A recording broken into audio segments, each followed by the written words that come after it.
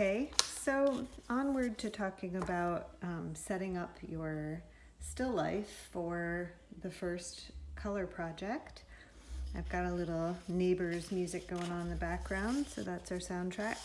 Um, anyway, first step will be for you to take your paper that should be in your kit out of your kit and go through it. And this is just basic construction paper. And I'd like you to pick out, guess what, red and green, because that's the theme of the week. We got our complements right here, your red and your green. So I want you to take those out of your pack, and a pink, the lovely construction paper pink, a sheet of white,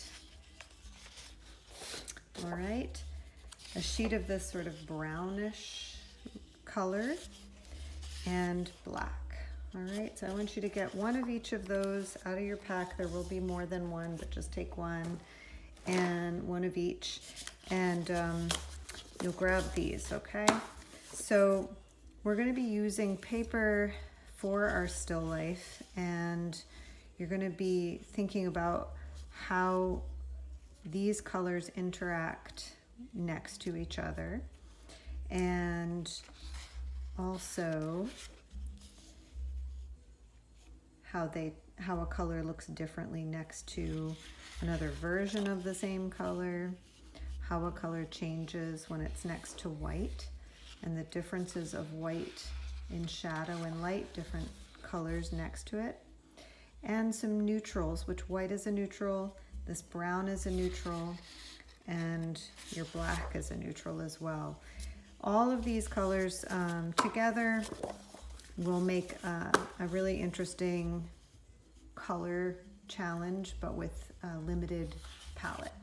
So I'll show you what I would like you to do, and I've already done a little bit of it, which is to cut up very simple or complex shapes and foldings of this paper. So I'd like for some of the paper to be folded so that they become three-dimensional objects, and you can see in this light how much variety in color already you're getting when something changes in, it gets different light and shadow, that how much that changes the color of the object as opposed to when it's laying flat. So I'd like you to just play, have a good time, you know, fold things up, think about straight edges and curved edges, very simple forms. If you are somebody who's like, look man, I'm just beginning, I don't want too much complexity. Some of you are designers, you're gonna have a lot of fun with these. Down to complex forms, like I said, just play, all right? You can, these are mostly geometric, but you are certainly welcome to have fun and make figurative elements. The black is, of course, a fun way to play with silhouette, the old-fashioned silhouette.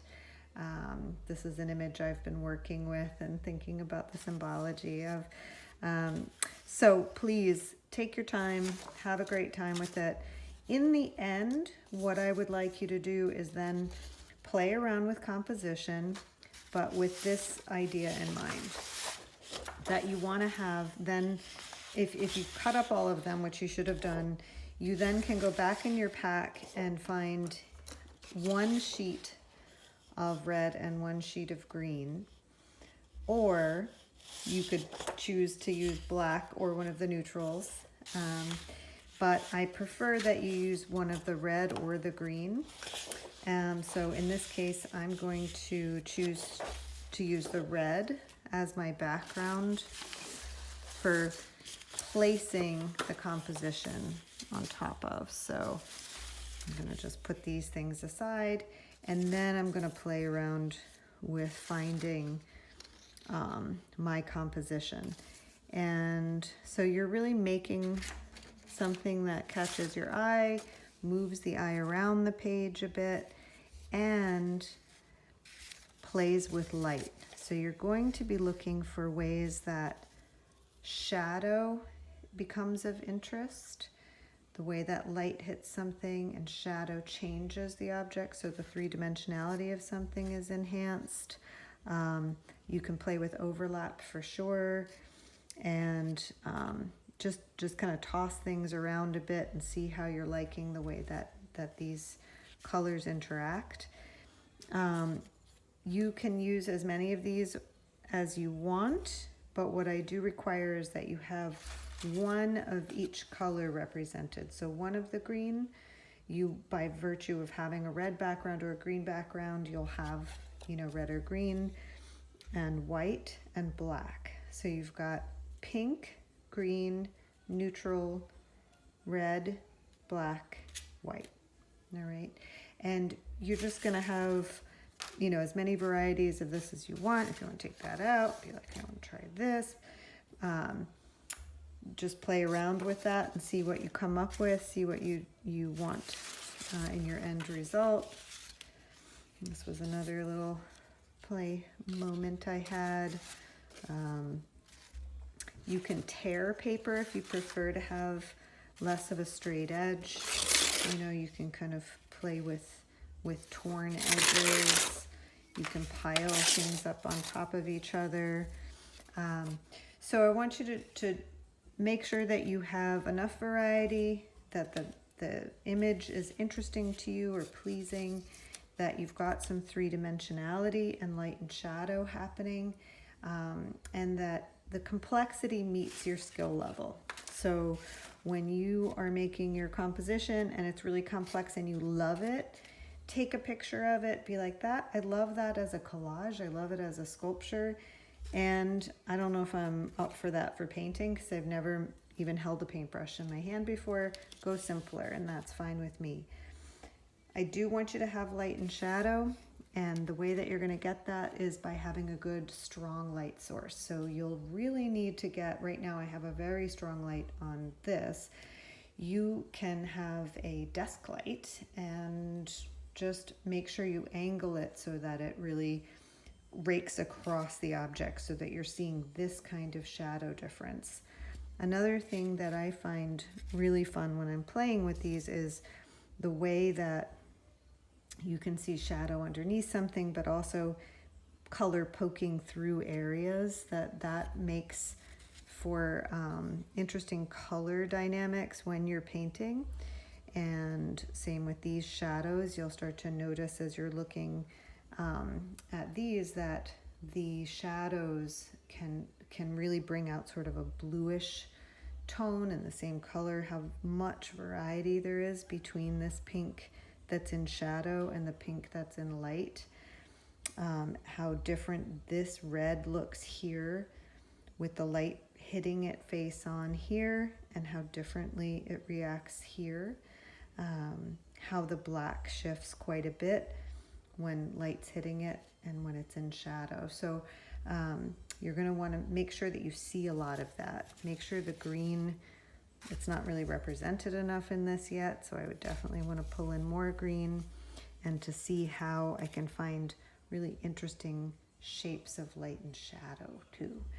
So have fun with it and play. Take a picture when you come up with a composition that you like, and then you either have like a stable place for yourself to make this happen, where no one's going to touch it and a cat's not going to run across it or your roommate's not going to destroy it, or you can try and tape some of these pieces down so that it feels more stable for yourself. So do make it permanent before you commit to it. Right now we have a bird's eye view. We're looking down on these objects, and so that's a certain kind of still life.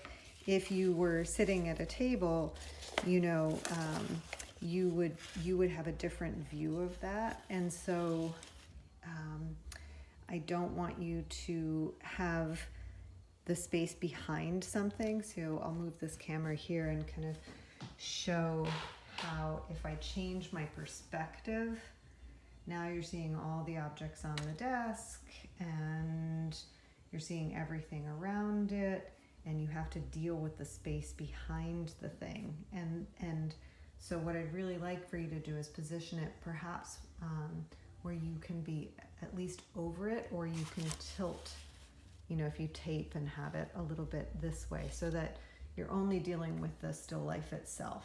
Okay, another way to deal with that is to put, if you want to look at it from here, that you can put something behind it so you have control over the color that is behind it rather than taking on the entire space. So I hope that makes sense to you too. So cut all of your papers out, have a great time with that. You know, edit things, put things in, tear things up, build them, and light them.